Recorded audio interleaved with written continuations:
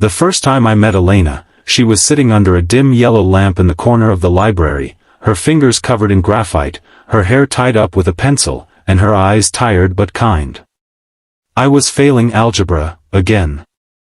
My mom had scraped together enough to pay for a tutor twice a week. I was 17, angry at the world, and convinced numbers were created just to humiliate me. When I sat down across from her, I didn't even look up. "Let's just get this over with," I muttered.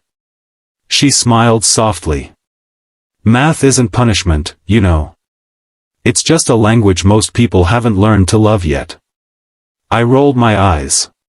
But she didn't get annoyed, not once.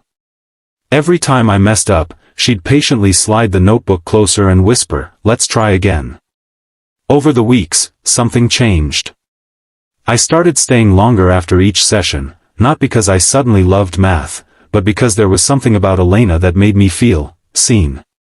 Still, I noticed things.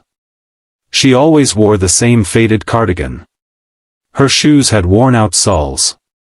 Sometimes her stomach would growl quietly, and she'd pretend to sip her coffee to hide it.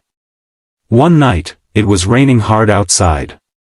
We were the only two left in the library. I was struggling with a set of equations, feeling frustrated. She leaned closer. "You're too tense," she said gently. Then, without warning, she reached up and turned off the small desk lamp between us. "Hey, I can't see." "Good," she interrupted. "Now pay attention to me, not the numbers." In the darkness, her voice softened. "Do you know why I tutor?" she asked. I hesitated. "For money?" A small laugh escaped her. "Partly. But mostly because I never got the chance to finish college. My brother got sick when I was your age.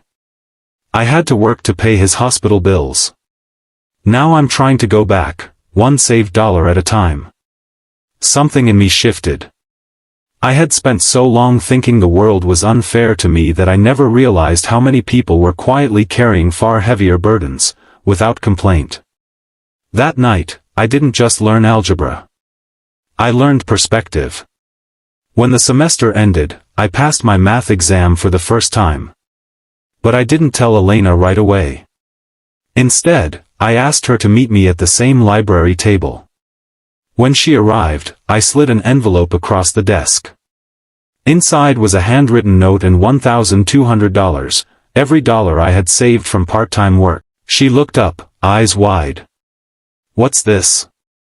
"It's your tuition deposit," I said. "You helped me believe in myself. Let me return the favor." Tears filled her eyes.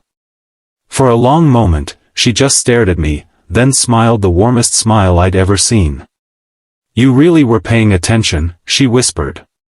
Years later, I got my degree in engineering.